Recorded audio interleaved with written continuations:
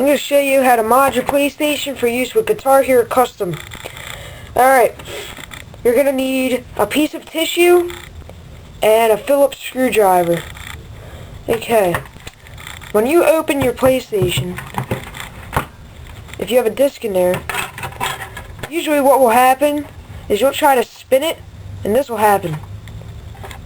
It won't move when you just try to move it. Don't mind my finger. Just using that to show you what would happen with the disc brake in there. That's what's going to happen with yours. Now right here, there is a disc brake. Mine's not in there. It's right next to the laser. Probably right here. That's where it is. You can push it in and out. When you close your disc drive, it lets it move, but when you open it, the disc will just stop so that you can't do it and take the disc out.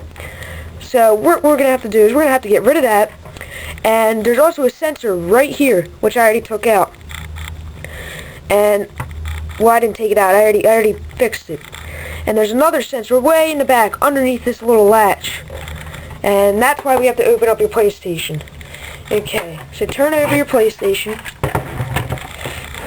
Here's the front, where the power button is. Okay.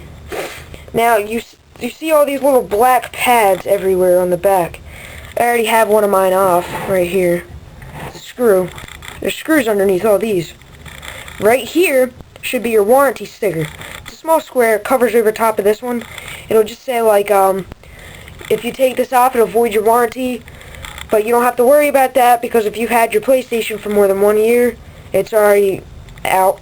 You don't have a warranty anyway. So take this sticker off, just peel it off, save it.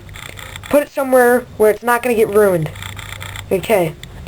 You want to take off every one of these little things, except for these two right here. They're the closest to the front of the PlayStation. There's nothing under here. You take them off, you're just taking the pads off. And that's what keeps it from sliding around the table. So let me take these. Okay, I took them off. Now, get your screwdriver ready.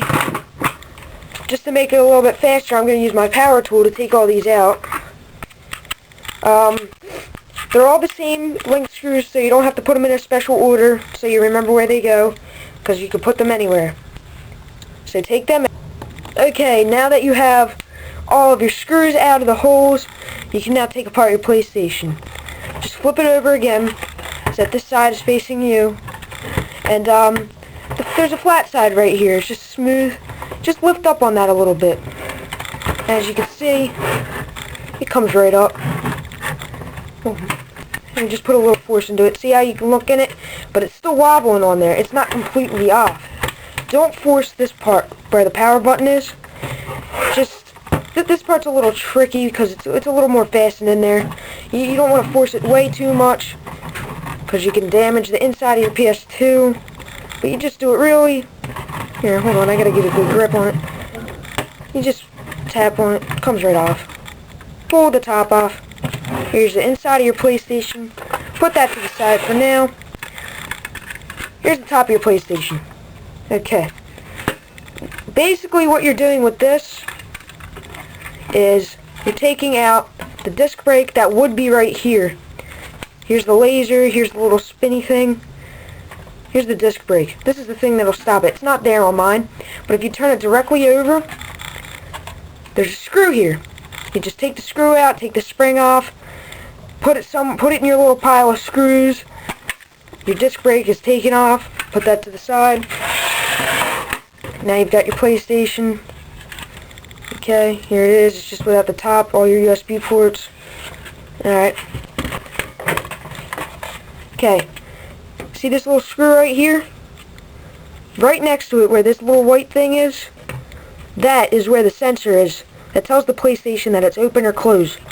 Just take your warranty sticker, place it right on top of that, and just push down. It'll keep that little button pushed down, and there you go. You got it all modded. Basically all you have to do now is put it back together. So you put your... Okay, the top's back on. Push down on it a little bit, just to make sure everything's tight. You know, you don't want it to be loose. You want to put back together the same way that you had it before. Turn it back, turn it over. Just put put all your screws back in one by one. Make sure everything's real nice and tight. Put all your little caps back on. Make sure the rubbery feeling ones go on the edges here, right here, and here. That way you'll have your grip is better. Just stick them back on. They pop right in. Say, here's my rubbery one. Wait. Here's my rubbery one. It feels like it has grip to it. You just stick that back in the corners. There you have it. PlayStation 2 is back to the way it was. Now that you can put your disc in, you should be able to spin it while the cover's open. Right here. This is right above here's the power button. Right above that, there's a little hole. Just take your little piece of tissue paper I told you to get. Just shove it in the hole. Now that that's done, you should be able to open and close your cover. It's nice and tight. Just if it doesn't close without you pushing a little bit, don't worry about that. You can do that. It's perfectly safe to do it.